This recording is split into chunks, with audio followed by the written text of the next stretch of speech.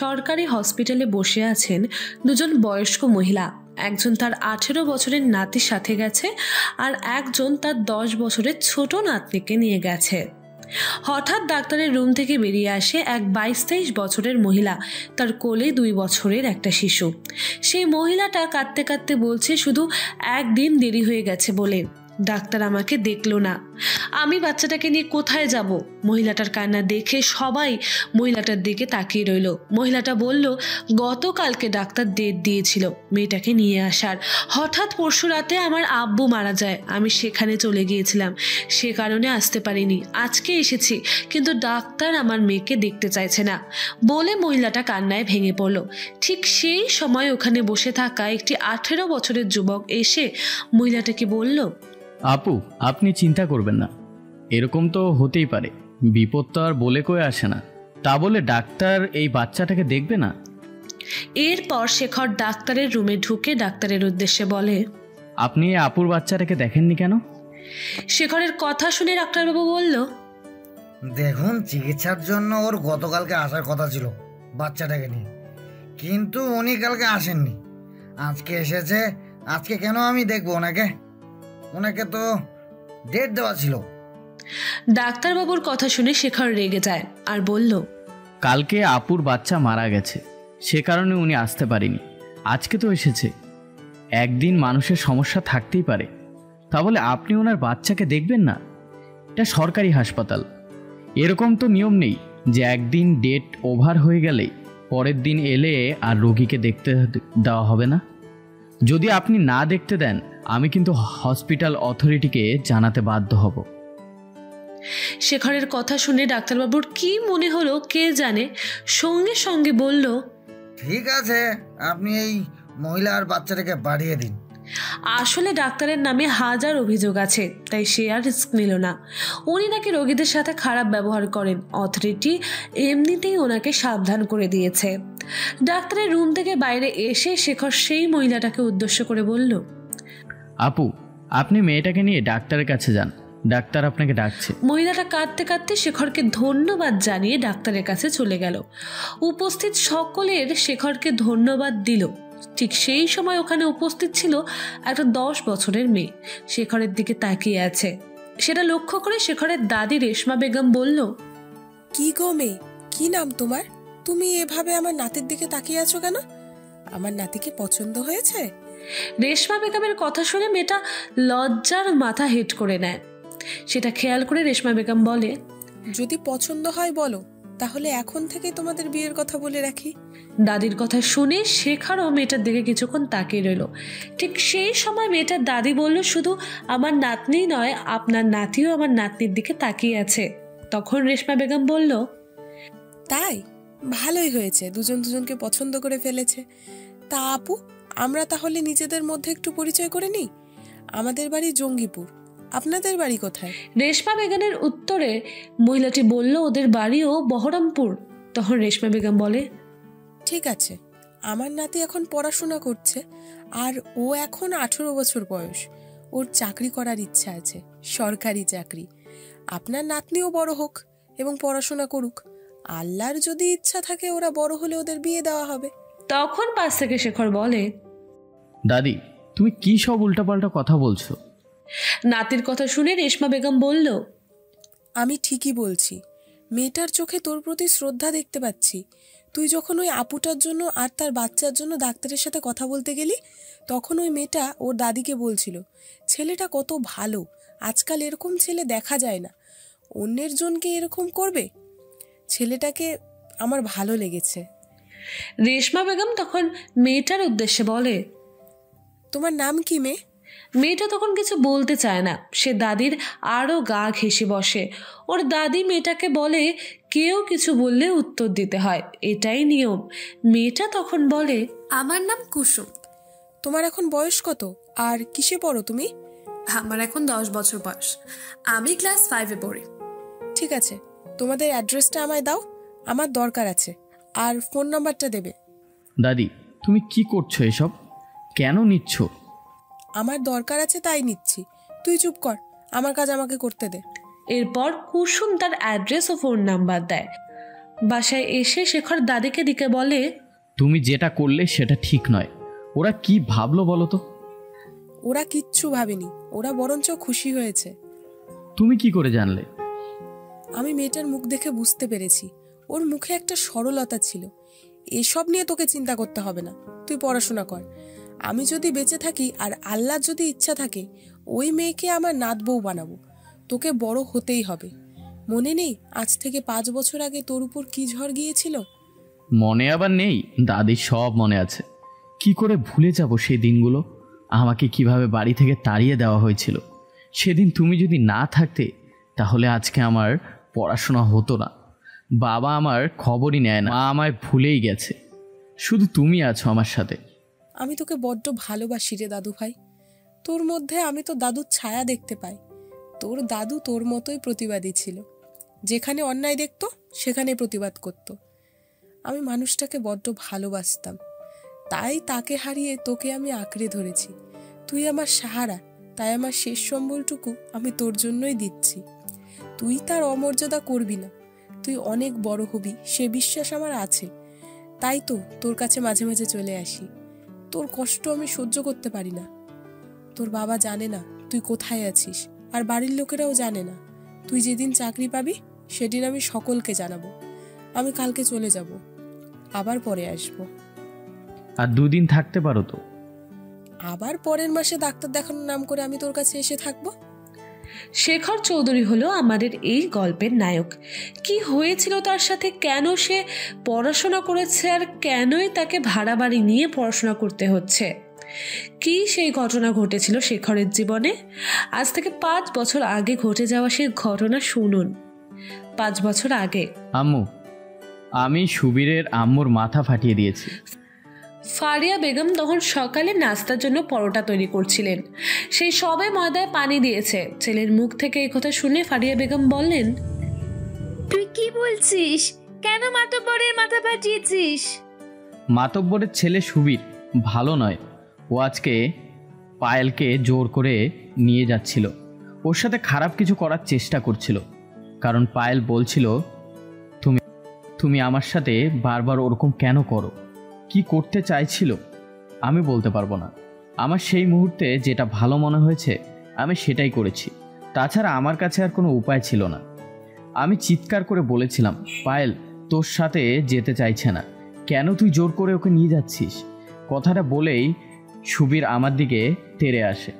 আমার চিৎকারে মাতব্বরও তার 2 জন সঙ্গী সেখানে চলে আসে। সুবীর আমার কান মুলে দেয়। আমিও হাতের কাছে একটা ঢিল পেয়ে ছুঁড়ে মারি, আর সেটা মাতব্বরের মাথায় গিয়ে লাগে, আর মাথাটা কেটে যায়। আমি ওখান থেকে চলে আসি। ছেলের মুখ থেকে সমস্ত ঘটনা শুনে সে বুঝতে পারল নিশ্চয়ই মেয়েটার সাথে খারাপ কিছু করতে চাইছিল। ফারিয়া বেগম জানে শেখর একজন প্রতিবাদী ছেলে, যেখানে অন্যায় দেখে সেখানেই প্রতিবাদ করে। শেখর অনেকটা দাদুর মতো, ওর দাদু অন্যায় দেখলেই প্রতিবাদ করত। আর মাতব্বর করিম শেখ লোকটা মোটেই সুবিরদার নয়, নানা রকম দুর্নীতির সাথে যুক্ত। তার বড় ছেলে সুবীর বাবার মতোই, এখন থেকে মদ গাঁজা সমস্ত নেশায় আসক্ত, এমনকি মেয়ে দেখলে টিটকারি মারে। এলাকায় কম বেশি সকলে এই বিষয়টা জানে, কিন্তু মাতব্বরের ভয়ে কেউ কিছু বলে না। ফারিয়া বেগমের ভয় হতে লাগলো, কারণ তার স্বামী কোনো বিতর্ক পছন্দ করতে চায় না। সে শান্তিপ্রিয় মানুষ, কখনোই কোনো ঝামেলায় যেতে চায় না। তবু সে ছেলেকে আশ্বস্ত করে বলল, ঠিক আছে শেখর, তুই যা ভালো বুঝেছিস তাই করছিস। তোর বাবা বাসায় আসুক, আমি বলবো। শেখরের বয়স এখন 13 বছর। তার বাবার 3 ভাই। শেখরের বাবার নাম আজাদ চৌধুরী। আজাদ চৌধুরী পরিবারের ব্যবসা দেখাশোনা করে। তার আরেক ভাই হোমিওপ্যাথির ডাক্তার, নাম নেহাল চৌধুরী। তার 1 ছেলে 1 মেয়ে। আরেক ভাই কর্মসূত্রে বাইরে থাকে। শেখরের আরেকটা বড় আপু আছে, ওর নাম মামনি।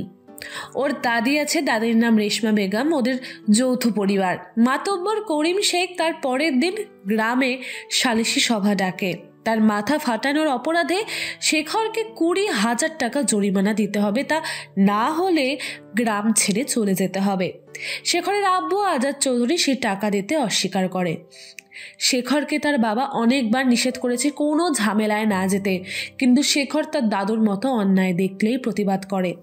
সেটা শেখরের বাবার পছন্দ নয়। বাসায় এসে আজাদ চৌধুরী শেখরকে বলে, আমি তোকে বলেছি এখন পড়াশোনার সময় পড়াশোনা করবি, কোনো তর্ক বিতর্কে জড়াবি না। তোকে কে বলেছে সবসময় প্রতিবাদ করতে? বাবা, তুমি কি বলছো? সুবীর পায়েলের ক্ষতি করতে চাইছিল, সেজন্য আমি এই কাজ করেছি। খুব ভালো কাজ করেছো। এবার বোঝো ঠেলা, আমি 20,000 টাকা দিতে পারবো না। দেখলি তো গ্রামের সকলের সামনে মাতব্বর কি বলল, টাকা না দিলে তোকে গ্রাম থেকে তাড়িয়ে দেবে। তারা যখন কথা বলছিল ঠিক তখনই সেখানে পৌঁছে শেখরের দাদি রেশমা বেগম বলে, টাকা কি সস্তা নাকি? মাতব্বর চাইলো আর ওকে দিয়ে দিতে হবে? মাতব্বর লোকটাই এরকম, আর ওর ছেলে ওর বাবার মতোই হয়েছে। আমরা টাকা দেব না, আর আমার নাতি গ্রাম ছাড়া হবে না। ওর কি করার আছে ও করে নেবে। আজাদ চৌধুরী জানে তার মায়ের সাথে তর্কে পারা যাবে না, তাই সে কোনো কথা না বলে সেখান থেকে চলে যায়। আজাদ চৌধুরী তার ছেলে শেখরকে দেখতে পারে না। তার আর একটা কারণ হলো, শেখর যখন হয় হসপিটালে, আজাদ চৌধুরী তখন বড় বোন নাফিয়ার সাথে শেখরকে দেখতে চাচ্ছিল। হঠাৎ নাফিয়া মাথা ঘুরে বাইক থেকে পড়ে যায়, আর সেই সময় একটা লরি তাকে চাপা দিয়ে দেয়। ঘটনাস্থলে নাফিয়া মারা যায়। আজাদ চৌধুরী মনে করে তার বোনের মৃত্যুর জন্য শেখরই দায়ী। সে তার বড় বোনকে খুব ভালোবাসত, তাই সেই ঘটনা বাসার সকলে ভুলে গেলেও আজাদ চৌধুরী ভুলতে পারে না। এরপর কেটে যায় 3টে বছর। শেখর মাধ্যমিক পরীক্ষায় ভালো রেজাল্ট করে। মাতব্বর করিম শেখ ও তার বড় ছেলে সুবীর গভীর ষড়যন্ত্র করে, যে ব্যাপারে শেখর ও তার পরিবার কেউই অবগত নয়। স্কুলে শেখর ও সুবীর একসাথেই পড়ত। শেখর যথেষ্ট মেধাবী ছেলে। সে মাধ্যমিকে জেলার মধ্যে ফার্স্ট হয়েছে, আর সুবীর কোনোভাবে পাশ করেছে। শেখরের রেজাল্টের জন্য সুবীর জেলাস ফিল করতে থাকে। সে তার বাবার সাথে মিলে শেখরকে স্কুল থেকে তাড়াবার জন্য ষড়যন্ত্র করে। টিফিন টাইমে সুবীর একটা নগ্ন মেয়ের ছবি শেখরের বেগে রেখে দেয়। সেটা শেখর জানতো না। টিফিন শেষ হলে স্যার ক্লাসে ঢুকলে সুবীর স্যারকে গিয়ে বলে, স্যার, শেখর বাজে ছবি ব্যাগে রেখে দিয়েছে। কথাটা বলে সুবীর স্যারকে নিয়ে এসে দেখায়। স্যার শেখরকে বলে, আমি তোমাকে ভালো ছাত্র বলে জানতাম, তুমি এত নোংরা, তোমাকে স্কুল থেকে তাড়িয়ে দেওয়া হবে। গার্জিয়ান কল করা হয়। শেখরের বাবা স্কুলে আসে না। সে বলে, ও আমার ছেলে নয়, আপনারা ওর সাথে যা ইচ্ছা করতে পারেন। শেখর বাসায় এসে খুব কান্নাকাটি করে। তার দাদি রেশমা বেগম বলে, তোকে আর ওই স্কুলে পড়তে হবে না, আমি তোর ব্যবস্থা করে দেব, তোকে চিন্তা করতে হবে না। আমি জানি তোর বাবা তোকে সহ্য করতে পারে না। দাদির কথা শুনে শেখর দাদির দিকে তাকিয়ে থাকে, তারপর বলে, কি ব্যবস্থা করে দেবে দাদি? তুই অন্য জায়গা থেকে পড়াশোনা করবি। আমার এক পরিচিত আত্মীয়, সে থাকে শিলিগুড়িতে, তুই ওখানে চলে যা। টাকা পয়সার চিন্তা করতে হবে না, আমি তোকে মাসে মাসে টাকা পাঠিয়ে দেব। তুমি কোথায় টাকা পাবে দাদি? তোর দাদু আমার জন্য কিছু টাকা রেখে গেছে, তা থেকেই তোকে আমি দেব। দাদু তোমার ভবিষ্যতের জন্য তোমাকে দিয়ে গেছে, আমি কেন নেব? তুই যখন বড় হবি, সমাজে প্রতিষ্ঠিত হবি, মানুষের জন্য ভালো কিছু করবি, তাতেই আমার আনন্দ। আর আমি কিছু চাই না। যদি জীবনে বেঁচে থাকি, তুই তো আছিস, তুই আমার অবলম্বন। তুই আমাকে দেখবি। কিরে দাদু ভাই, দেখবি না বল? এতে আমার শান্তি, আর আমি কিছু চাই না। হ্যাঁ দাদি, আমাকে বড় হতে হবে, আমি অনেক বড় হব, আর তোমার স্বপ্নগুলো পূরণ করব। তুমি চিন্তা করো না, আমাকে সমাজে প্রতিষ্ঠিত হতে হবে। আমি তোমার কথা দিলাম, এই গ্রামের মুখ আমি উজ্জ্বল করব, আর সেই সাথে তোমার স্বপ্নগুলো আমি পূরণ করব। ভালো মা বলে ডাকতে ডাকতে একটি মেয়ে গেট দিয়ে হাসপাতালের ভেতরে ঢুকলো। মেয়েটির নাম কুসুম, এই গল্পের নায়িকা। সেদিন এই হসপিটালে সেই ছোট্ট মেয়েটা। আমাদের এই গল্পের সাথে থাকুন, আস্তে আস্তে সমস্ত ঘটনা জানতে পারবেন। কুসুমের বয়স এখন 20 বছর। কলেজের পরে বাংলা অনার্সের 2য় বর্ষের ছাত্রী। গায়ের রং উজ্জ্বল শ্যামবর্ণ, চোখগুলো টানা টানা। এই চোখ দুটি তার মুখের সৌন্দর্য বাড়িয়ে দিয়েছে। মুখের মধ্যে একটা মায়া লুকিয়ে আছে, দেখলেই যে কোনো মানুষের ভালো ভালো লেগে যাবে। তার একটা ছোট ভাই আছে। ভালো মা বলে কুসুম এতক্ষণ যাকে ডাকছিল তিনি হলেন মীরা বেগম, এই হসপিটালে চাকরি করে।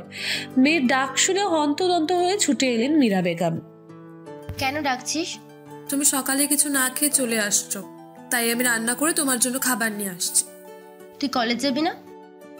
হ্যাঁ যাবো তো, খাবারটা দিয়েই আমি কলেজে যাব। কি রান্না করেছিস?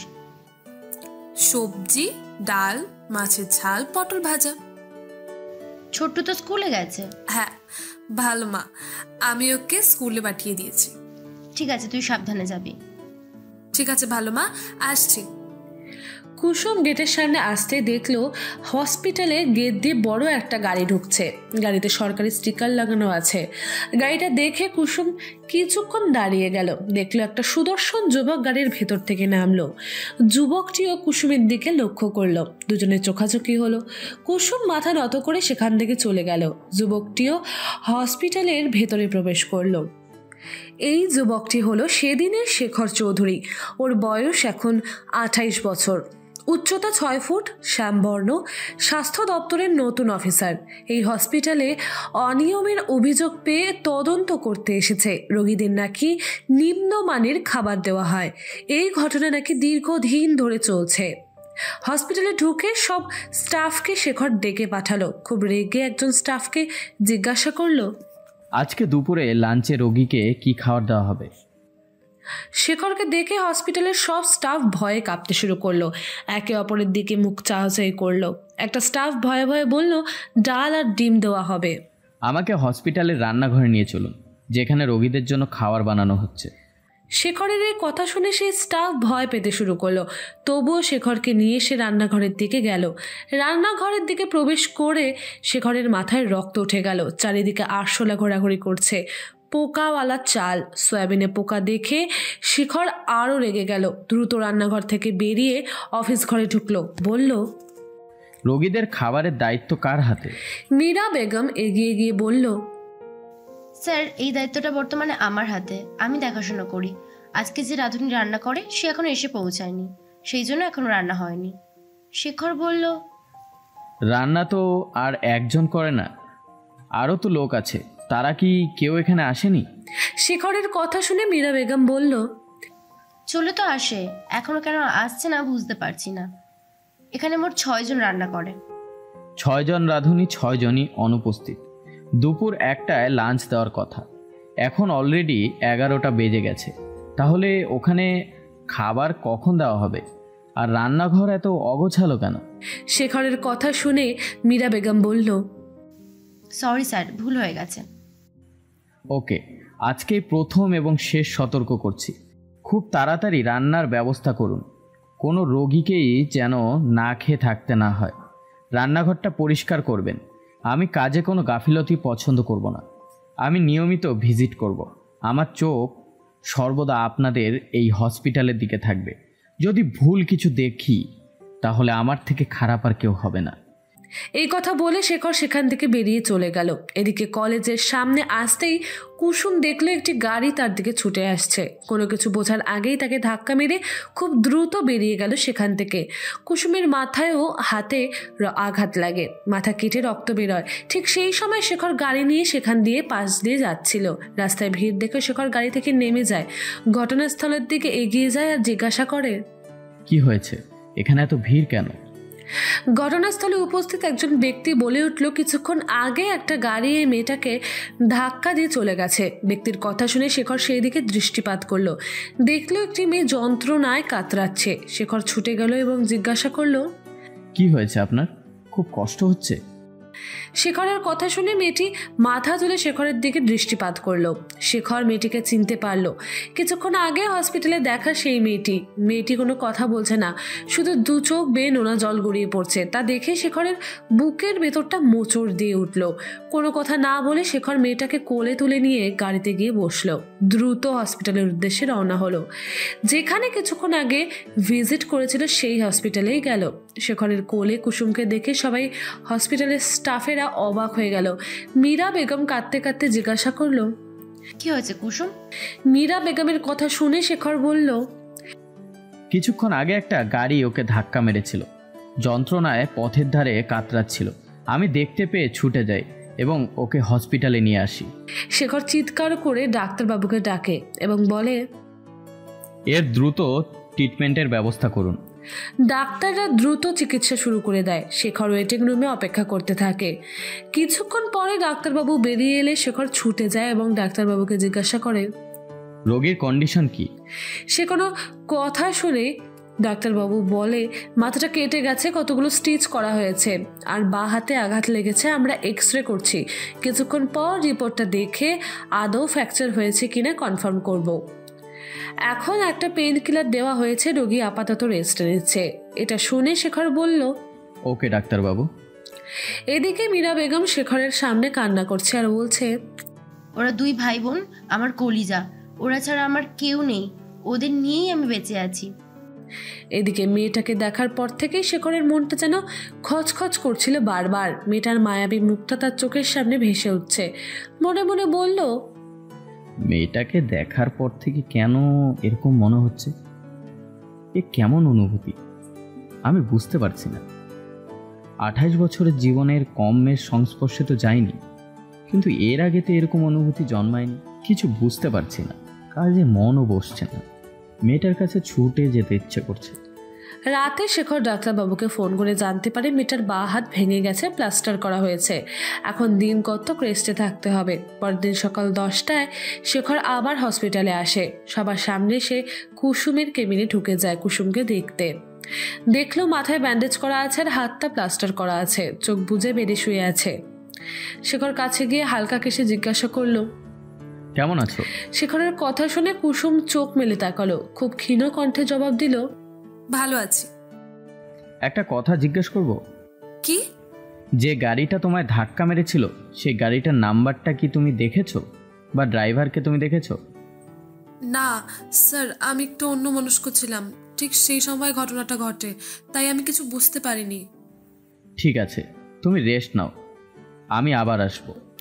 এই কথা বলে বাকি সব রোগীদের সাথে কথা বলে কি আর রান্না হবে আজ, রোগীদের কি খাবার দেওয়া হবে জিজ্ঞাসা করে সেখান থেকে অফিসে চলে যায়।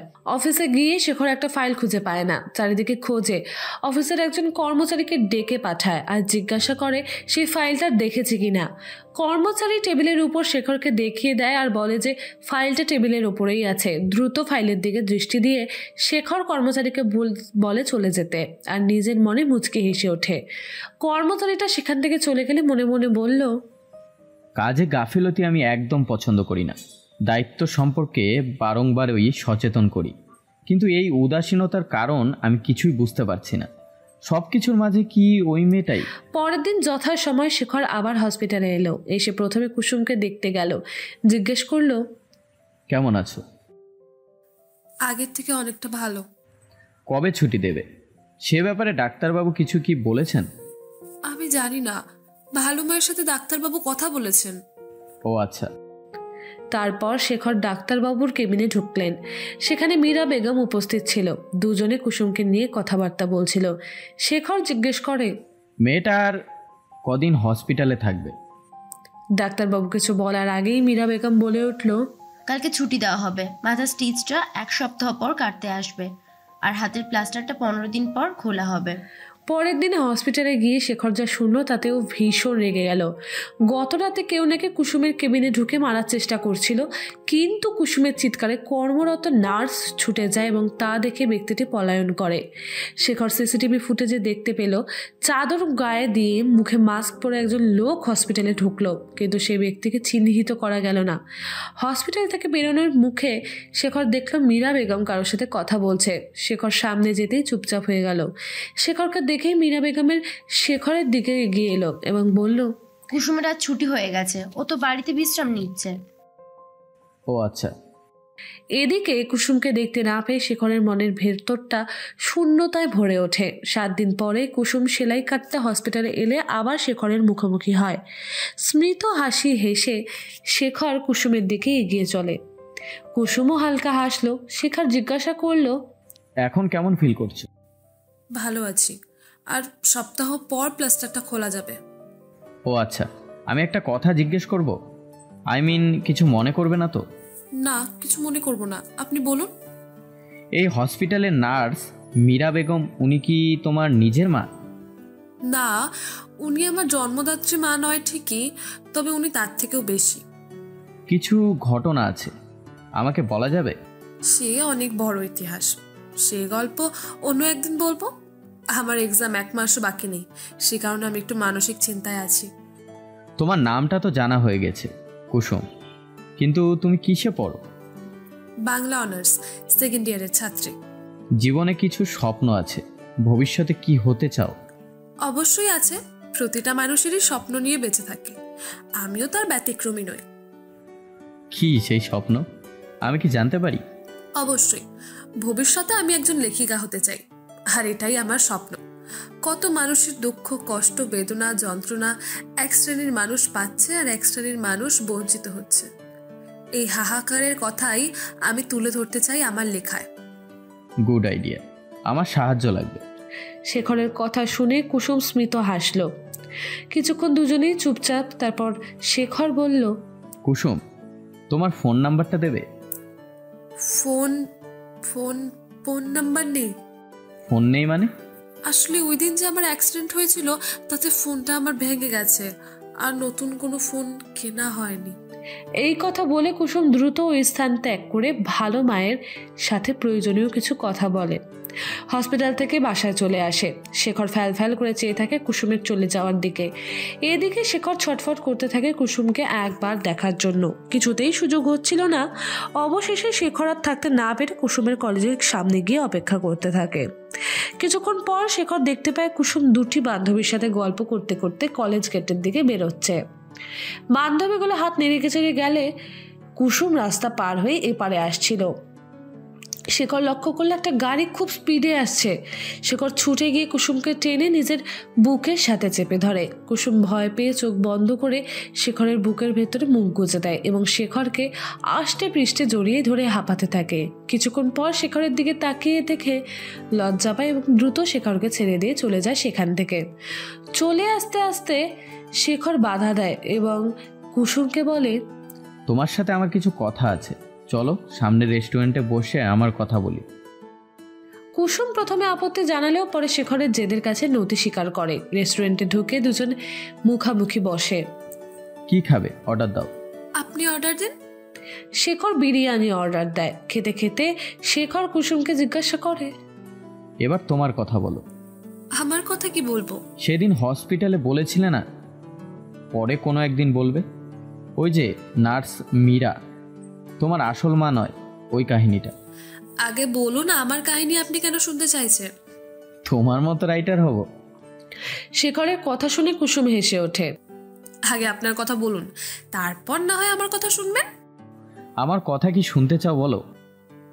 আপনার নাম, আপনার বাবার নাম, বয়স, পেশা, বিবাহিত না অবিবাহিত, বাচ্চা কাচ্চা কটা, গার্লফ্রেন্ড কটা, আজ পর্যন্ত কতজনের সাথে রিলেশন করেছেন?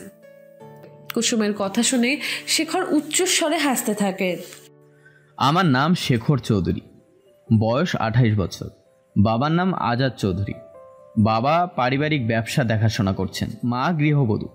আমার একমাত্র আপু বিবাহিত। আমরা যৌথ পরিবারে থাকি। বাড়িতে একটা চাচাও আছে, তার ফ্যামিলি থাকে। বয়স্ক দাদি আছে। আমি ম্যাথামেটিক্সে মাস্টার্স করেছি, বর্তমানে স্বাস্থ্য দপ্তরে কর্মরত। আমি এখনও আনম্যারিড, তাই বাচ্চা কাচ্চার প্রশ্নই আসে না।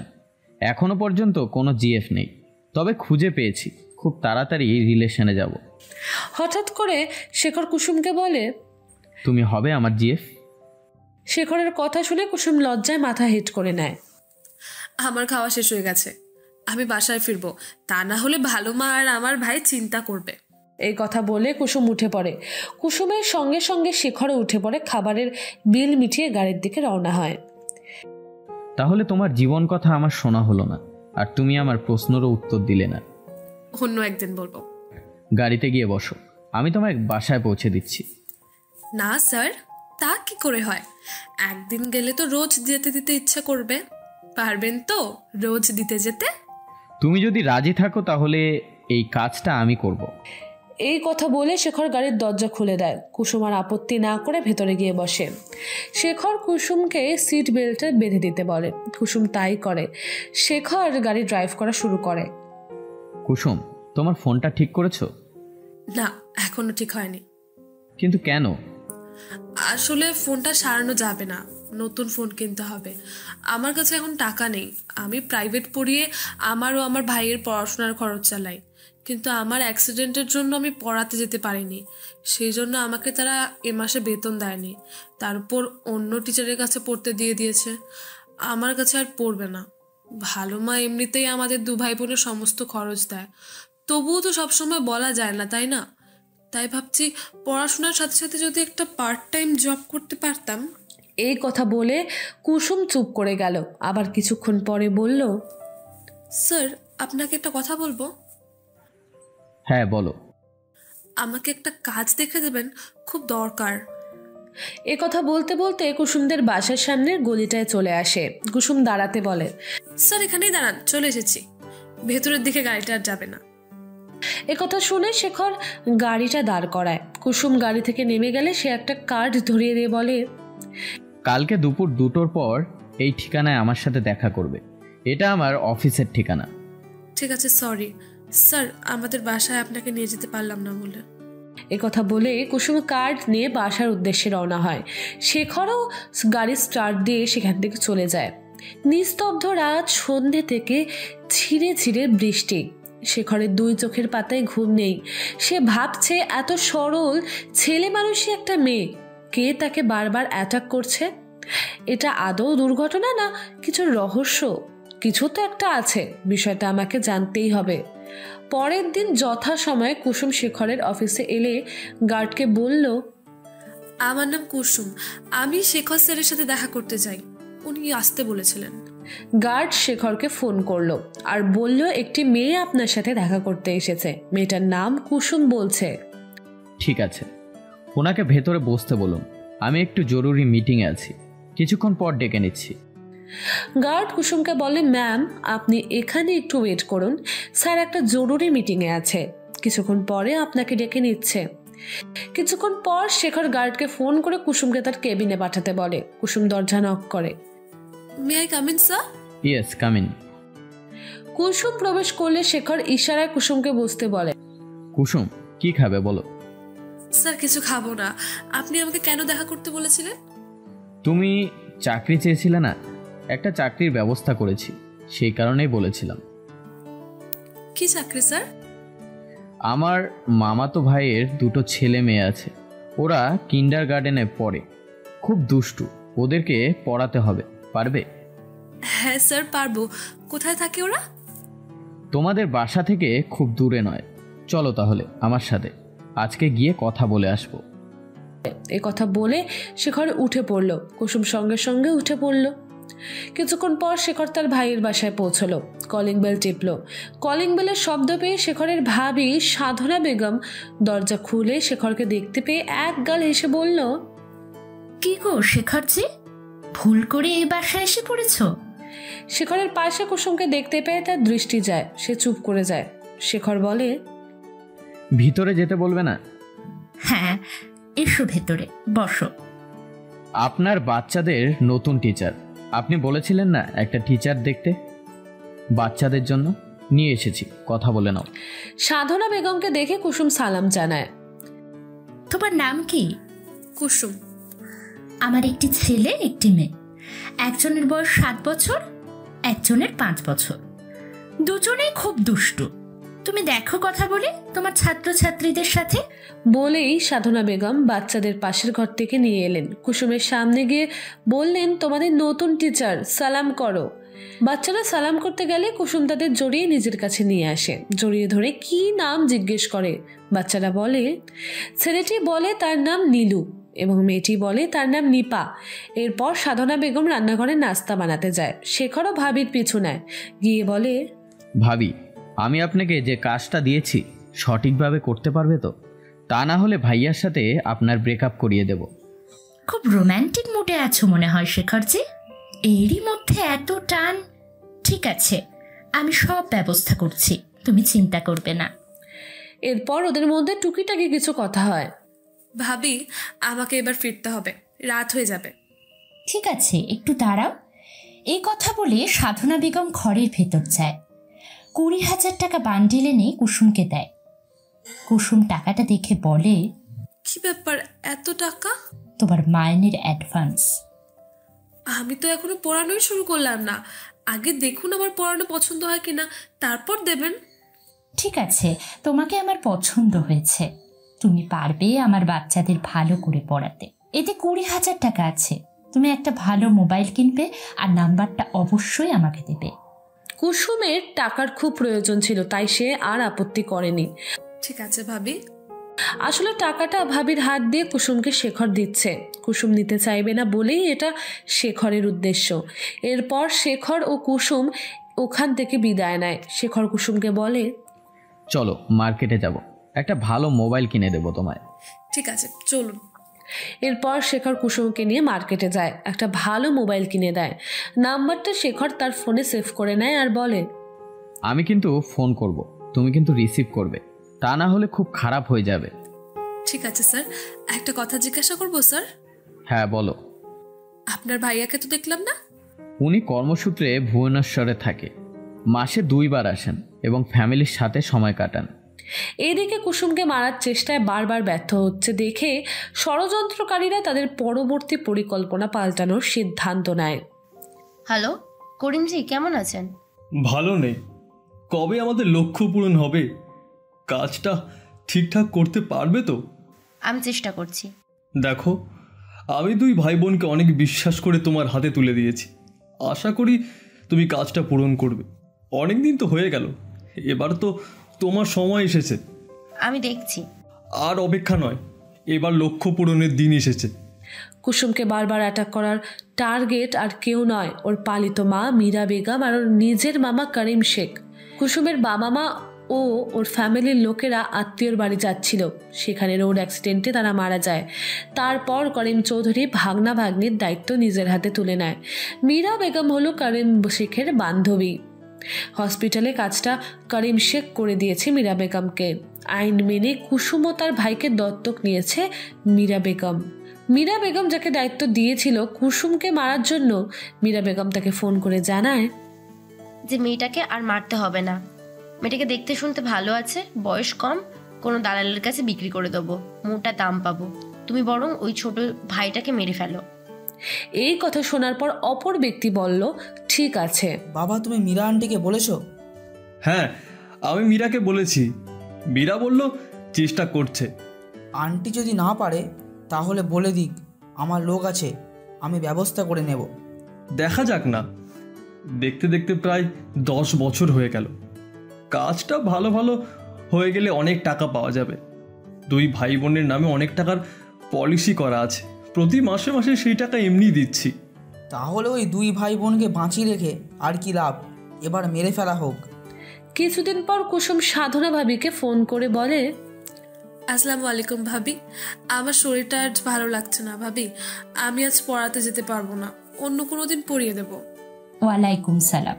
ঠিক আছে, কি হয়েছে তোমার? ডাক্তার দেখিয়েছো? আমার গা হাত ব্যথা করছে, মাথা টিপটিপ করছে, কয়েকদিন আগে বৃষ্টিতে ভিজেছি তো, সেই কারণে হয়তো হালকা সমস্যা। মা ওষুধ খাইয়ে দিয়েছে, আশা করি কমে যাবে। ঠিক আছে, দোয়া করি তাড়াতাড়ি সুস্থ হয়ে ওঠো। ঠিক আছে, রাখলাম ভাবি। বলে ফোনটা কেটে দিয়ে কুসুম কিছুক্ষণ চুপ করে শুয়ে থাকে। ভালো মা হসপিটালে, ভাই স্কুলে, আর মনে মনে চিন্তা করছে ভাইকে ভালো করে মানুষ করতে হবে, পরিবারের কথা ভাবতে হবে।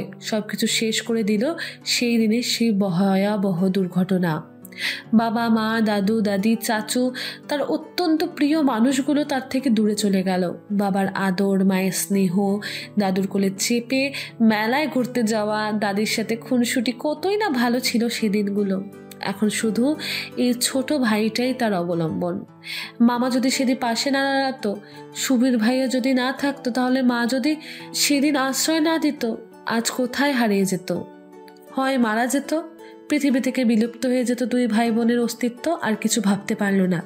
তার 2 চোখ জলে ভরে গেল। পড়াশোনা শেষ করে ভালো চাকরি করতে হবে, আর যে স্বপ্ন লেখিকা হতে হবে তা পূরণ করতে হবে। আমাদের মতো অসহায় মানুষের কথা তুলে ধরবো। ভাবতে ভাবতে কখন যে কুসুম ঘুমিয়ে পড়েছে, হঠাৎ ঘুম ভাঙে। ফোনের রিংটোন, ঘুমিয়ে পড়ে ফোনটা রিসিভ করে।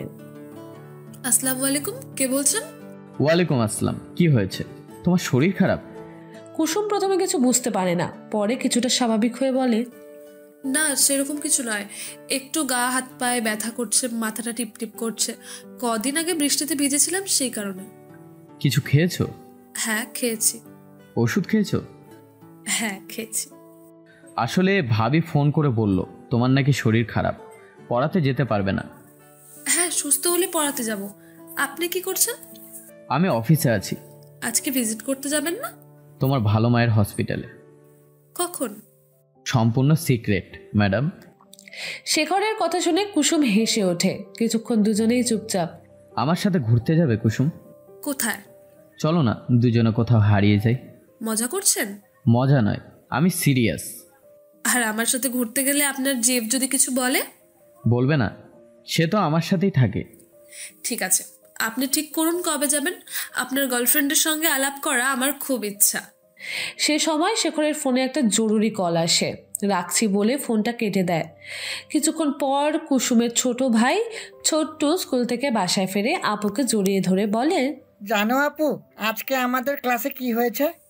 কি হয়েছে? আমাদের ক্লাসে টিনা বলে একটি মেয়ে আছে। সে আজকে পড়া বলতে পারেনি, এই জন্য শেষের বেঞ্চে বসেছিল। কিন্তু স্যার ওই চালাকি বুঝতে পেরে যায়, তাই শেষের বেঞ্চ থেকে পড়া জিজ্ঞাসা করে। আর ও পড়া বলতে পারেনি, সেই জন্য কান ধরে ক্লাসের বাইরে দাঁড় করিয়ে রাখে। ছোট্টুর কথা শুনে কুসুম হেসে ওঠে। সেই সময় ভালো মা ঘরে প্রবেশ করে। ওদের হাসি দেখে জিজ্ঞাসা করে, কি হয়েছে? কিসের কথা নিয়ে এত হাসি হচ্ছে? ছোট্ট তখন হাসতে হাসতে স্কুলে ঘটে যাওয়া ঘটনাটা ভালো মাকে বলতে থাকে। ভালো মা শুধু কথা শুনে হেসে ওঠে। দুদিন পর শেখর কুসুমকে ফোন করে বলে, ফোন বাজলে কুসুম ফোন ধরে। হ্যালো, আজকে বিকেল 5টার সময় দেখা করবে। কেন? ঘুরতে যাব আমার জিএফ এর সাথে। আলাপ করবে না? হ্যাঁ করব। তা কোথায় দেখা করব? আমার অফিসের সামনে এসো বিকেল 5টায়। আমি তোমায় নিয়ে যাব। আপনার গার্লফ্রেন্ড থাকবে? হ্যাঁ থাকবে। ঠিক আছে, যাব। রাখছি এখন। কথাটা বলে কুসুম ফোন কেটে দেয়। এদিকে কুসুম চিন্তা করছে, এত বড় একজন অফিসার কেন আমাকে এত গুরুত্ব দিচ্ছে বুঝতে পারছি না। আমারও ওনাকে ভালো লাগে, কিন্তু উনি তো অনেক বড় লোক, আর আমার তো নিজেরই কোনো ঠিকানা নেই। আমি ঠিকানাবিহীন একটা মানুষ। আবার ওনার গার্লফ্রেন্ড আছে, না দরকার নেই। এসব কি উল্টোপাল্টা চিন্তা করছি। এই কথা বলে কুসুম নিজের মনে মনেই হেসে ওঠে। বিকাল 5টায় কুসুম শেখরের অফিসের সামনে চলে যায়। শেখর আগে থেকেই সেখানে দাঁড়িয়েছিল। কুসুম শেখরের দিকে তাকে বলল, আপনার গার্লফ্রেন্ড কোথায়? আছে, আমাদের জন্য অপেক্ষা করছে, চলো। এরপর শেখর গাড়ি স্টার্ট দেয়। কিছুক্ষণ পর তারা একটা রেস্টুরেন্টের সামনে দাঁড়ায়। রেস্টুরেন্টের ভেতর প্রবেশ করে শেখর কুসুমকে বসতে বলে। তারা মুখোমুখি বসে। কুসুম বলে, আপনার গার্লফ্রেন্ড কোথায়? দেখবো, আগে কি খাবে বলো, অর্ডার দিই। আমি কিছু খাবো না, আর আমি বেশিক্ষণ অপেক্ষাও করব না। আপনার ভাইয়ের বাচ্চাদের পড়াতে যেতে হবে। ঠিক আছে, আমি পৌঁছে দেব। কিছু হালকা খাবার অর্ডার দিই। কুসুম মাথা নেড়ে সম্মতি দেয়। শেখর হালকা কিছু খাবার অর্ডার করলো। খাওয়ার শেষে শেখর একটা গোলাপ নিয়ে হাঁটু মুড়ে কুসুমের সামনে বসলো আর বলল, আই লাভ ইউ কুসুম। কুসুম কি বলবে কি করবে বুঝতে পারছে না। তা দেখে শেখর বলল, এই 28 বছরের জীবনে কোনো নারীকে আমি খুঁজে পাইনি। তুমি কি হবে আমার পথ চলার সাথী? কুসুম নিশ্চুপ, কি বলবে বুঝতে পারছে না। আমতা আমতা করে বলে উঠল, কি করে সম্ভব? কোথায় আপনি আর কোথায় আমি? কেন সম্ভব নয় কুসুম? তুমি কি আমার চোখের ভাষা বুঝতে পারো না? আপনার পরিবার, বাবা মা, ওরা কি মেনে নেবে? আমি তো একটা ঠিকানাহীন মেয়ে, যার কোনো ঠিকানা নেই। শুধু ছোট ভাইটা আমার অবলম্বন। ভালো মা অনেক কষ্টে আমাদের দুজনকে মানুষ করেছে, তার প্রতি একটা দায়িত্ব আছে আমার। তুমি শুধু হ্যাঁ বলো, বাকিটা আমার দায়িত্ব। আমাকে কিছুটা সময় দিতে হবে। ভালো মায়ের সাথে কথা বলবো আমি। তুমি সত্যি করে একটা কথা বলো, আমাকে কি তোমার ভালো লাগে না? আপনার মতো মানুষকে কোনো মেয়ের ভালো লাগবে না তা কখনো হয়?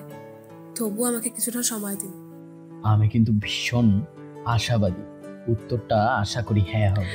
কুসুম শুধু মুচকি হাসলো। তারপর শেখর কুসুমকে ভাবির বাসায় পৌঁছে দিল। এই কিছুদিন পর কুসুমের ফোনে তার ভাইয়ের স্কুল থেকে এক টিচার ফোন করে জানায় যে তার ভাইয়ের অ্যাক্সিডেন্ট হয়েছে, হসপিটালে ভর্তি করা হয়েছে, অবস্থা ক্রিটিক্যাল। কুসুম হসপিটালের নামটা জেনে নেয়। তার মা যেখানে চাকরি করে সেই হসপিটালে ভর্তি করা হয়েছে। শেখরকে একটা মেসেজ দিয়ে কুসুম দ্রুত সেখানে রওনা হয়। সেখানে গিয়ে দেখে তার ভাই পুরো শরীরটা একদম সাদা চাদরে চাপা দেওয়া আছে, আর তার ভালো মা ভাইকে ধরে কাঁদছে। তা দেখে কুসুম স্থির থাকতে পারে না। ছোট্টু ভাই আমার বলে সেখানেই অজ্ঞান হয়ে যায়। জ্ঞান ফিরতে কুসুম চিৎকার করে কাঁদতে শুরু করে। কুসুমের অবস্থা খারাপ দেখে ডাক্তার কুসুমকে ঘুমের ইঞ্জেকশন দেয়।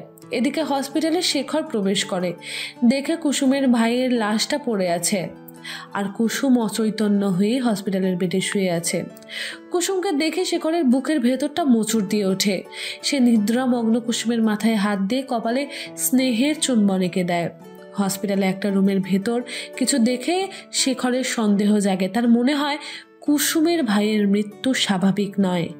শেখরকে দেখে তার ভালো মা ছুটে আসে, কাঁদতে কাঁদতে বলে, আমাদের কি সর্বনাশ হলো বলুন তো স্যার। আপনার ব্যাপারে কুসুম আমাকে সব বলেছে। কুসুম আপনাকে পছন্দ করে।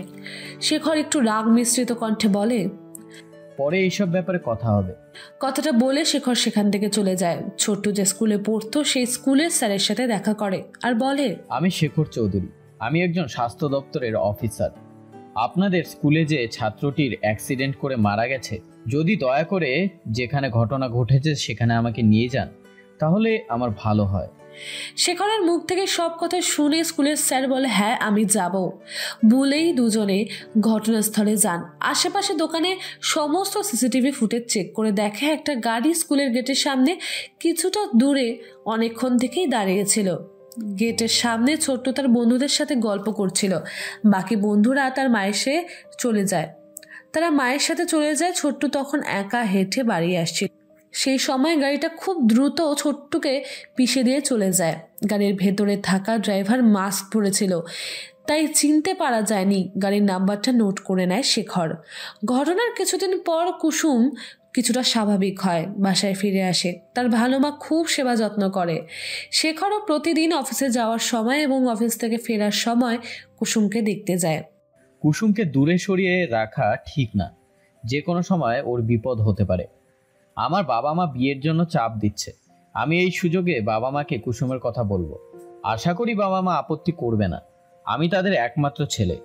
এরই মাঝে কুসুম একদিন হঠাৎ করে অসুস্থ হয়ে পড়ে, তাকে আবার হসপিটালে ভর্তি করা হয়। শেখর খকাট।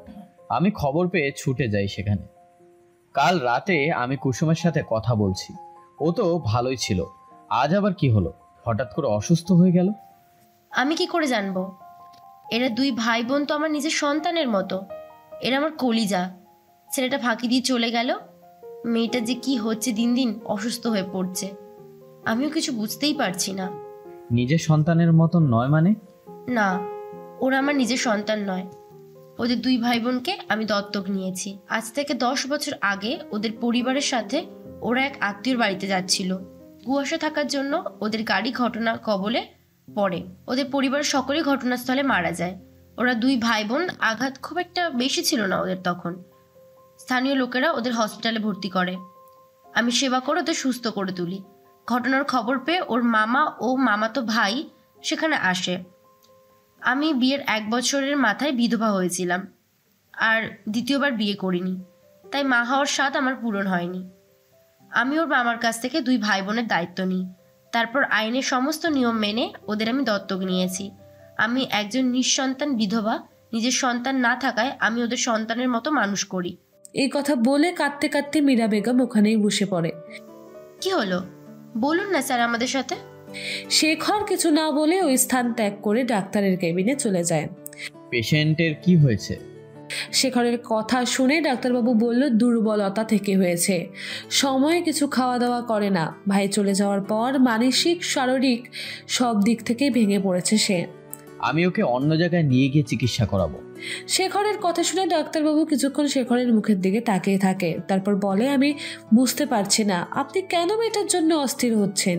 শেখর উত্তেজিত হয়ে বলে, মেয়েটা আমার এখানে আছে, আমি ওকে ভালোবেসে বিয়ে করব। আর কিছু শুনতে চান? ডাক্তার চোখ নামিয়ে নেয়, কিছু বলে না। শেখর কুসুমকে বলে, তুমি এখান থেকে চলো, অন্য ডাক্তার দেখাবো। না, আমি কোথাও যাব না। শেখর রেগে সেখান থেকে চলে যায়। ওর মনে হয় কুসুমের অ্যাক্সিডেন্ট, ওর ভাইয়ের অ্যাক্সিডেন্টে মৃত্যু, হঠাৎ করে অসুস্থ হয়ে পড়া, এর পেছনে কিছু কারণ আছে। শেখরের সন্দেহ হয় ওর ভালো মা নামক ওই মহিলার দিকে। উনি ভালো মানুষের মুখোশ পরে একটা শয়তান। কিন্তু শেখর কুসুমকে কি করে বোঝাবে? ও যে চোখে পট্টি পড়ে আছে, আমাকে আরেকটু সময় নিতে হবে। বিষয়টা কুসুমকে বলার জন্য আমাকে আরেকটু সময় নিতে হবে। সত্যটা একদিন ঠিকই সামনে আনবো। হঠাৎ করে ফোনটা বেজে ওঠে শেখরের। ধ্যান ভেঙে হ্যালো বলে। ফোন রিসিভ করে অপর প্রান্ত থেকে কিছু কথা শুনে শেখরের স্মিত হেসে ওঠে। এদিকে ষড়যন্ত্রকারীরা বুঝতে পারে তারা ধরা পড়ে যাবে, তাই তারা কাজটা শেষ করার জন্য প্রস্তুতি নেয়। একটি দালালের কাছে ফোন দিয়ে কুসুমের ফটো সহ সমস্ত তথ্য পাঠায়। কয়েকদিন ধরে ফোনে শেখার কুসুমকে পায় না, ফোনের সুইচ অফ। যতবার ফোন করে সে একই ডায়ালগ ভেসে ওঠে।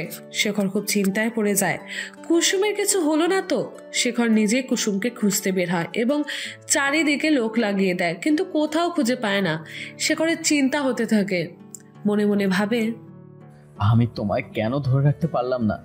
আমি যে খুব ভালোবাসি কুসুম তোমায়, তুমি কোথায় হারিয়ে গেলে? আমি যে তোমায় ছাড়া বাঁচবো না। কেন তুমি এরকম করলে? আমি কি প্রেমিক হিসাবে খুব ব্যর্থ? আসসালামু আলাইকুম ভাইয়া, কেমন আছেন? ওয়ালাইকুম সালাম। আমি কতবার বলবো সাবা যে তুমি আমাকে ভাইয়া বলে ডাকবে না? আপনি আমার থেকে বয়সে অনেক বড়, তাই তো ভাইয়া বলে ডাকি। হ্যাঁ, সেটা ঠিক আছে, কিন্তু তুমি আমাকে নাম ধরে ডাকলে আমি বেশি খুশি হব। কি করে সম্ভব? আপনি আমার থেকে অনেকটাই বড়। হ্যাঁ, তো এখন থেকে অভ্যাস করো, নইলে ভবিষ্যতে আমার থেকে খারাপ কেউ হবে না। তোমার এই ভাইয়া ডাক শুনে আমি বোরিং ফিল করছি। দয়া করে আমাকে আর ভাইয়া বলে ডেকো না। সাবা হলো শেখরের চাচাতো বোন, আর সুমন সাবাকে ভালোবাসে, কিন্তু সেটা সাবা জানে না। মাতব্বর করিম চৌধুরীর ছোট ছেলে সুমন। সুমন খুব ভালো ছেলে, ওর বড় ভাইয়া সুবীরের মতো নয়। এর কিছুদিন পর সাবা তার এক বান্ধবী নিশাকে ফোন করে কথায় কথায় জানতে পারে নিশা এক কোচিং সেন্টারে পড়ে, আর সেই কোচিংয়ে সুমন নাকি পড়ায়। সুমনের ফোন নাম্বার নিশার কাছ থেকে নিয়ে সাবা সুমনকে ফোন করে। হ্যালো, আসসালামু আলাইকুম, আমি কি সুমন স্যারের সাথে কথা বলছি? মেয়েটার কণ্ঠস্বর খুব চেনা চেনা লাগলো, তাই কৌতূহল দমন করতে না পেরে সুমন জিজ্ঞাসা করলো, আমি সুমন বলছি, তুমি কি সাবা? হ্যাঁ ভাইয়া। আমি বলেছি না ভাইয়া বলবে না। সরি স্যার, আর বলবো না। কেন ফোন করেছো? আরে আমার ফোন নাম্বার কোথা থেকে পেলে? আমার বান্ধবী, ও যে কলেজে পড়ে আমি সেখানে অ্যাডমিশন নিতে চাইছি, তাই আপনার একটু সাহায্য লাগবে। ওই কলেজে বেশিরভাগ স্টুডেন্ট আপনার কোচিং সেন্টারে পড়ে, আমিও পড়তে চাই আপনার কাছে। আপনি কি পড়াবেন আমাকে? তুমি যদি আমার কাছে পড়ো, তোমাদের বাড়ির লোক আপত্তি করবে না তো? আপত্তি কেন করবে? তোমার ফ্যামিলি আর আমার ফ্যামিলির সঙ্গে সম্পর্কটা খুব একটা ভালো নয় তো? তা ঠিক কথা, তবে একসময় আমার দাদির সঙ্গে আপনার দাদির খুব ভালো সম্পর্ক ছিল। তাই আর কি, সে তো অনেক দিনের কথা, সেসব এখন অতীত হয়ে গেছে। তোমার শেখর ভাইয়া নাকি আমার আব্বুর জন্য ঘর ছেড়েছে, তোমার দাদি আমাকে সে কথা বলে। ভাইয়া সবসময় প্রতিবাদী, যেখানে অন্যায় সেখানে প্রতিবাদ করে। আপনার বাবার কিছু কাজের ধরন ভাইয়ার পছন্দ হয়নি, তাই ভাইয়া প্রতিবাদ করেছিল। তাতে ভাইয়ার কি দোষ ছিল বলুন? হ্যাঁ, আমি জানি আমার ভাইয়া আমার বাবা ওরা যে কাজটা করে সেটা আমার পছন্দ নয়। আমি ওদের থেকে সম্পূর্ণ আলাদা, তাই ওদের সাথে আমার কোনো মিল হয় না। সেই কারণে বাসায় ভালো যায় না। শুধু মা অসুস্থ থাকার জন্য কিছুদিন আগে গিয়েছিলাম আর কি। ওখানেই তোমার সাথে দেখা হয়েছে। আমি কোচিং সেন্টারে পড়াই আর ভাড়া বাড়িতে থাকি। আর হ্যাঁ, এদিকে চাকরির প্রস্তুতিও নিচ্ছি। ভবিষ্যতে চাকরি পেয়ে গেলে আমি আলাদা থাকবো, আর ওদের সাথে কোনোভাবে কোনো সম্পর্কই রাখবো না। ভাইয়া বললে আপত্তি আছে স্যার, শব্দে আপত্তি নেই তো? আপাতত নেই, তবে ভবিষ্যতে ওই শব্দটাও চেঞ্জ হবে। তাই কিরকম? সেটা ভবিষ্যৎ বলবে। তুমি কি কলেজে অ্যাডমিশন পেয়ে গেছো? মোটামুটি ঠিক হয়ে গেছে। কবে থেকে পড়তে যাব? এই মাস তো শেষ হয়ে গেল, ওই মাসে 2 তারিখ থেকে আসবে নাকি? স্যার কত টাকা মাইনে নেবেন? আগে পড়তে এসো কিছুদিন পর, তারপর আমি সব কথা তোমাকে বলবো। স্যার নিশা বলছিল আপনি মাসে 1000 টাকা নেন। হ্যাঁ, ওই রকমই তো নিই। স্যার আমার ক্ষেত্রে একটু কনসেশন করবেন? কেন? আমার মায়ের হঠাৎ করে শরীর খারাপ হয়, চেক আপের জন্য অনেক টাকা খরচ হয়ে গেছে, সেই কারণেই বলছিলাম। ঠিক আছে, তুমি পড়া শুরু করো, তারপর আমি দেখছি। আর আমি তোমার সাথে কত টাকা নিচ্ছি তুমিও সে কথা কারো সাথে শেয়ার করবে না, কেমন? ঠিক আছে স্যার, রাখছি, পরে কথা বলবো। আর এটাই তোমার ফোন নাম্বার? হ্যাঁ স্যার। সাবা ফোনটা কেটে দেয় আর সুমন মনে মনে ভাবে, আমি তো এটাই চাইছিলাম। তুমি আমার কাছে নিজে থেকে এসো, তুমি আমার কাছে ধরা দাও। আর বেশি দিন নেই, আর আমাকে অপেক্ষা করতে হবে না। আমি তোমায় খুব ভালোবাসি সাবা, সেই ভালোবাসার আগুনে তোমায় আমি পোড়াবো, আর আমার কাছ থেকে তোমার মুক্তি নেই। এই অদৃশ্য বন্ধনে তোমাকে আমি আবদ্ধ করব। এদিকে ভোরবেলা বাড়ির কাজের মেয়ের সাথে হাঁটতে বেরিয়েছিল 80 বছরের বৃদ্ধা রেশমা বেগম। স্টেশনের কাছে আসতেই উনি কিছু মানুষের জটলা দেখতে পায়। এগিয়ে দিয়ে দেখে একটা মেয়ে নিস্তেজ হয়ে পড়ে আছে। ওর কৌতূহল হয়, জিজ্ঞাসা করে, কি হয়েছে? মেয়েটাকে কোথা থেকে এসেছে? ঘটনাস্থলে সকলেই নিরুত্তর। মেয়েটিকে দেখে রেশমা মেয়েটাকে নিয়ে বাসায় যায়। বাসার সামনে এসে রেশমা বেগম চিৎকার করে বাড়ির সকল সদস্যকে ডাকতে থাকে। মায়ের চিৎকারে বাসার সকলের ঘুম ভেঙে যায়। তারা হন্তদন্ত হয়ে ছুটে আসে আর বড় ছেলে আজাদ চৌধুরী জিজ্ঞাসা করে, কি হয়েছে? সকালবেলা এত চিৎকার করছো কেন? সামনে কুসুমকে দেখতে পেয়ে সবাই একটু অবাক হয়ে যায়। মা এত সকাল সকালে এই মেয়েটাকে কোথা থেকে নিয়ে এলো? রেশমা বেগম ছোট ছেলের দিকে তাকিয়ে বলে, দ্রুত মেয়েটার চিকিৎসার ব্যবস্থা কর। কারণ তার ছোট ছেলে নিহার চৌধুরী পেশায় একজন হোমিওপ্যাথি ডাক্তার। মায়ের আদেশ পেয়ে সবাই মেয়েটাকে বাসার ভেতরে নিয়ে যায় এবং চিকিৎসার ব্যবস্থা করে। কিছুক্ষণ পর নিহার চৌধুরী বলে, মেয়েটাকে নেশাজাতীয় কিছু খাইয়ে অজ্ঞান করে দেওয়া হয়েছে। মেয়েটা এখন ঘরের মধ্যে আছে। আমি একটা ওষুধ দিচ্ছি, কিছুক্ষণ রেস্ট নিক, তারপর স্বাভাবিক হবে। এই কথা শুনে সবাই ঘর থেকে বেরিয়ে যায়। কিছুক্ষণ পর রেশমা বেগম ঘরে ঢুকে দেখে মেয়েটা বসে আছে। জিজ্ঞাসা করে, তোমার নাম কি? মেয়েটা ফ্যাল করে রেশমা বেগমের দিকে তাকিয়ে থাকে। খুব আস্তে বলে, আমার নাম কুসুম, কিন্তু আমি এখানে কেন? আমার ভালো মা কোথায়? কথাটা বলে কুসুম ফুপিয়ে কেঁদে ওঠে। তুমি স্টেশনে পড়েছিলে অজ্ঞান অবস্থায়, আমি তোমাকে ওখান থেকে নিয়ে এসেছি। তুমি একটু বিশ্রাম নাও, তারপর তোমার বাসার লোককে খবর পাঠাচ্ছি। কিছু খাওয়া দাওয়া করো। এরপর কুসুমকে কিছু খাবার দেয় আর ওরা ওয়াশরুম দেখিয়ে দেয় বলে ওখান থেকে ফ্রেশ হয়ে আসে। কুসুম খাওয়া দাওয়া করে ফ্রেশ হয়ে ঘরে গেল। কিছুক্ষণ পর কুসুম ওয়াশরুম থেকে বেরিয়ে এলে রেশমা বেগম জিজ্ঞাসা করে, কি হয়েছিল তোমার? রিপিট, কি হয়েছিল তোমার? তুমি স্টেশনে এলে কি করে? আমি ভালো মায়ের সাথে মায়ের একটু বান্ধবীর বাসায় যাচ্ছিলাম, আর আমার কিছু মনে নেই। এখানে কি করে এলাম? ঠিক আছে, তুমি রেস্ট নাও। এই কথা বলে রেশমা বেগম চলে যায়। এদিকে কুসুমের কাছ থেকে ঠিকানা নিয়ে বাসায় লোক পাঠায়, কাউকে দেখতে পায় না। কুসুমকে বলে রেশমা বেগম, তোমাদের বাসায় লোক পাঠিয়েছিলাম, কিন্তু তোমাদের বাসায় কেউ ছিল না, তাই তুমি এখানেই থাকো। রেশমা বেগমের ছোট নাতনি সাবা কুসুমেরই বয়সী। সাবা কথাটা শুনে খুব খুশি হয়। কুসুম, তুমি আমাদের কলেজে ভর্তি হবে? আমরা দুজনে একসাথে কলেজে যাব, খুব ভালো হবে। আমি একটা কোচিংয়েও পড়ি, তোমাকেও সেখানে ভর্তি করিয়ে দেব। আমার আর পড়াশোনা করার কোনো ইচ্ছে নেই। কেন ইচ্ছে নেই? জীবনে কিছু স্বপ্ন ছিল, অনেক বেশি প্রত্যাশা ছিল। আস্তে আস্তে সেগুলোও মরে গেছে, আর নিজেরও বাঁচতে ইচ্ছা করে না, তাই স্বপ্ন দেখা ছেড়ে দিয়েছি। এত অল্পতেই ভেঙে পড়ো না কুসুম, জীবনের ঝড় তো আসবেই। এ তো ঝড় নয় সাবা আপু, এ তো সুনামি, যা আমার জীবনকে এলোমেলো করে দিয়েছে। আমি সব কিছু হারিয়ে ফেলেছি, বাঁচতে ভুলে গেছি। দেখবে তোমার জীবনে এমন কেউ আসবে যার জন্য তোমার বাঁচতে ইচ্ছে করবে। আমি জানি তুমি পরিবারের সব কিছু হারিয়ে, কিন্তু আমার বিশ্বাস আল্লাহ তোমাকে রক্ষা করবে, আর তা আমার স্বপ্নগুলো খুব তাড়াতাড়ি পূরণ করবে। এদিকে রেশমা বেগম মনে মনে ভাবে, এই মেয়েটার নাম বলল কুসুম। আজ থেকে 10 বছর আগে কুসুম বলে একটা মেয়ের সাথে আমার পরিচয় হয়েছিল এক হসপিটালে, আউটডোরে। এই কুসুম সেই কুসুম নয় তো? মুখের সাথে অনেকটা মিল আছে, কিন্তু কিছু বুঝতে পারছি না। ঠিক আছে, আমি লোক পাঠিয়ে দেখব সেই ঠিকানাটা কোথায় আছে যেটা কুসুম লিখে দিয়েছিল। যা ভাবা তাই কাজ। খুঁজে খুঁজে কম, তার অনেক দিনে জমানো একটা বাক্স আছে। সেখানে তার স্বামীর কিছু স্মৃতি রেখে দিয়েছে। সেখান থেকে ঠিকানাটা খুঁজে পেল, তারপর সেখানে লোক পাঠালো, কিন্তু জানতে পারলো তারা কেউই বেঁচে নেই।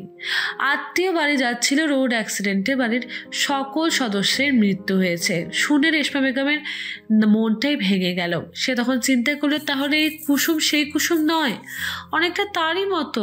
আমি তো আমার স্বামীকে শেখরের মধ্যে খুঁজে পাই, হয়তো সেরকম একটা ছায়া আমি কুসুমের মধ্যে দেখতে পাচ্ছি। এই হসপিটালে যারা খাদ্য সরবরাহ করে তাদের নামের লিস্ট আমাকে পাঠান। আমি সতর্ক করা সত্ত্বেও আপনারা কিছু ব্যবস্থা নিচ্ছেন না। এই অন্যায় আমি আর মেনে নেব না। আমাকে চরম সিদ্ধান্ত নিতেই হবে। শেখর হাসপাতালে গিয়ে আজকেও তার গাফিলতি চোখে পড়ে। সে হাসপাতালের কর্তৃপক্ষকে কড়া ধমক দেয়। কর্তৃপক্ষ তখন বাধ্য হয় খাবার সরবরাহকারী এজেন্সির নাম ঠিকানা দিতে। নাম ঠিকানা নিয়ে শেখর ফোন করে আর বলে, হ্যালো, আমি শেখর চৌধুরী বলছি। আপনি অবিলম্বে আমার সাথে দেখা করেন। কালকের মধ্যে আমার অফিসে চলে আসবেন। শেখরের কথা বুঝতে না পেরে সুবীর বলল, আপনি কি বলছেন? আমি ঠিক আপনার কথা বুঝতে পারছি না। আমি স্বাস্থ্য দপ্তরের একজন অফিসার। আপনি যে হসপিটালে খাবার দেন সেখানে আমি ভিজিট করি। আপনাদের খাদ্য এত নিম্নমানের কেন? চালে, ডালে, সয়াবিনে সবেতে পোকা। এগুলো রোগীদের খাবার কিছুতেই হতে পারে না। যারা হসপিটালে ভর্তি হয় তারা প্রত্যেকে অসুস্থ। ওদের ভালো খাবার দেওয়া উচিত। তার জন্য সরকার টাকা দেয়। হসপিটালের কর্তৃপক্ষ আপনাদের এজেন্সিকে এই দায়িত্ব দিয়েছে, তাই আমি আপনাদের ফোন নম্বর কর্তৃপক্ষের কাছ থেকে নিয়েছি। আমি মাঝে মাঝে ভিজিট করি, একই জিনিস দেখতে পাই। আমি সতর্ক করা সত্ত্বেও কর্তৃপক্ষ কিছু ব্যবস্থা নেয়নি। তাই আপনি আমার সাথে দেখা করুন, আর সেটা কালকের মধ্যে। শেখরের ফোন পেয়ে সুবীর চিন্তায় পড়ে যায়। তার বাবা অসুস্থ থাকায় এখন এজেন্সির দায়িত্ব সুবীর নিয়েছে। তাই সে তার বাবার কাছে যায় আর বাবাকে গিয়ে বলে, বাবা, তোমার সাথে কিছু কথা আছে। কি কথা বল। স্বাস্থ্য দপ্তরের অফিসার আমায় ফোন করেছিল, বলছে কালকের মধ্যে দেখা করতে ওনার অফিসে। ছেলের কথা শুনে করিম শেখ ছেলের দিকে তাকিয়ে রইল, তারপর বলল, তো তার জন্য কি হয়েছে? দেখা করতে বলেছে, দেখা করবি। তা নয়, বলছে হসপিটালে যে খাদ্য সরবরাহ করি তার প্রত্যেকটিতেই পোকা, অত্যন্ত নিম্নমানের সেসব জিনিস, রোগীদের দেওয়ার মতো নয়। এতে ভয় পাওয়ার কিছু নেই। এরকম অনেক বড় বড় অফিসার ভিজিট করেছে। টাকা দিলে বড় বড় অফিসের মুখ বন্ধ হয়ে যাবে। যদি সেরকম হয় টাকা দিয়ে দিবি। এই ভদ্রলোকের কথা শুনে মনে হলো ইনি একটু অন্যরকম। টাকা দিলে সবাই বশ হয়ে যায়, তোকে চিন্তা করতে হবে না। তুই কালকে দেখা কর, যদি সেরকম হয় আমি কথা বলবো। তুই জানিস মীরার কি খবর? ছেলেটা তো মারা গেছে। ওর পলিসি কাগজপত্র জমা দিয়েছে। আর মেয়েটাকে কত টাকায় বিক্রি করলো, সেসব টাকা আমাদের কাছে এসে কেন পৌঁছাচ্ছে না? তুই কালকেই মীরার সাথে দেখা করবি। ঠিক আছে বাবা, কালকে আমি আগে স্বাস্থ্য দপ্তর অফিসে যাব, পরশু আমি মীরা আন্টির সাথে দেখা করব। দুপুর 12টার সময় সুবীর শেখর চৌধুরীর সাথে দেখা করতে এসেছে। অফিসে ঢুকে চেয়ারে শেখরকে দেখে খুবই চিনতে পারে। সে বলে, তুই এখানে? সুবীর চিনতে পারলো, শেখর প্রথমে চিনতে পারেনি। তারপর কিছুক্ষণ ভাবার পর বুঝতে পারলো। তারপর সে বলল, হ্যাঁ, তা তুই কি ভেবেছিলি আমি মরে গেছি? সেদিনও সেই ঘটনার পর আমি তো সেটাই ভেবেছিলাম তুই লজ্জায় আত্মহত্যা করবি। না রে, লজ্জায় আত্মহত্যা করিনি। সেই ঘটনার পর আমার মনে জেদ চেপে গিয়েছিল, আর এই জেদটাই আজকের সাফল্যের চাবিকাঠি। তাই তো তুই আমার কাছে এসেছিস। এবার তোকে কে বাঁচায়? সেদিন তুই আমাকে মিথ্যা অপবাদ দিয়েছিস, আর আজকে তোদের কাজকর্মের সমস্ত তথ্য প্রমাণ আমার কাছে। আজকে তোকে কে বাঁচাবে? কি প্রমাণ আছে তোর কাছে? তুই প্রমাণ চাইছিস? কত প্রমাণ দেখতে চাস? হসপিটালে এত নিম্নমানের খাদ্য সরবরাহ করছিস, তারপর তুই এবার প্রমাণ চাইছিস? তুই তো শালা তোর বাবার থেকে বড় চিটিংবাজ। আমি হসপিটাল কর্তৃপক্ষকে বারবার সতর্ক করেছি, কিন্তু ওরা তোদেরকে অর্ডার দিত। আমি জানতে পেরেছি তুই এজেন্সির মালিক। এবার তো তোর ছাড় নেই।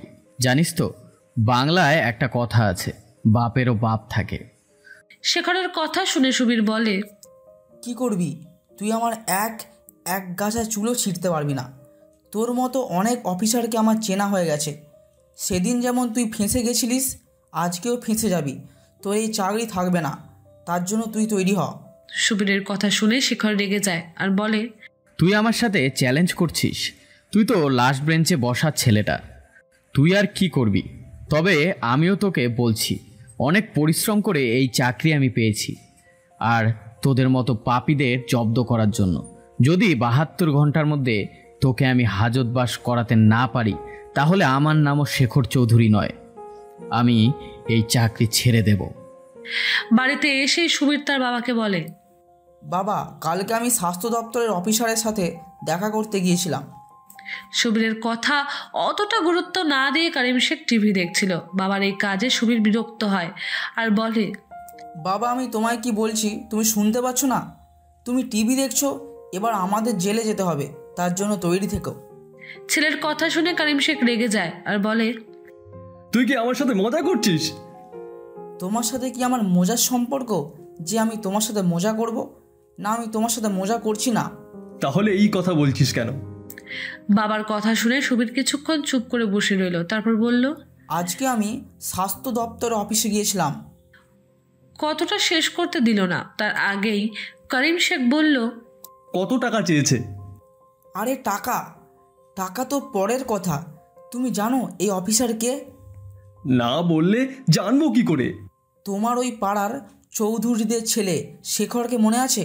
ছেলের কথা শুনে করিম শেখ কিছু মনে করার চেষ্টা করলো, তারপর মনে করার পর বলল, ও, ওই আজাদের ছেলেটা? তা কি হয়েছে? ওই শেখর স্বাস্থ্য দপ্তরের নতুন অফিসার।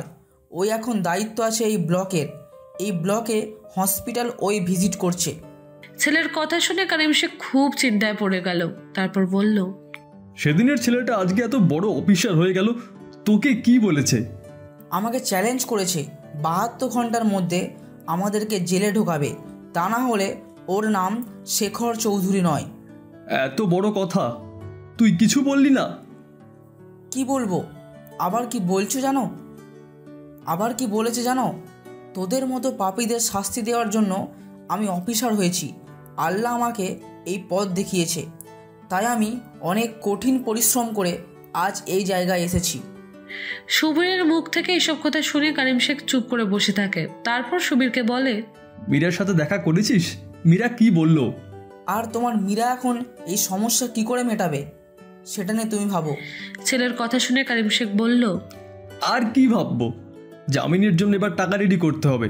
ওর দাদু ছিল এরকম, ছেলেটাও দাদুর মতোই হয়েছে। ওর দাদু আমার নামে থানায় এফআইআর করেছিল, কিন্তু প্রমাণ না থাকার কারণে উনি কিছু করতে পারেননি।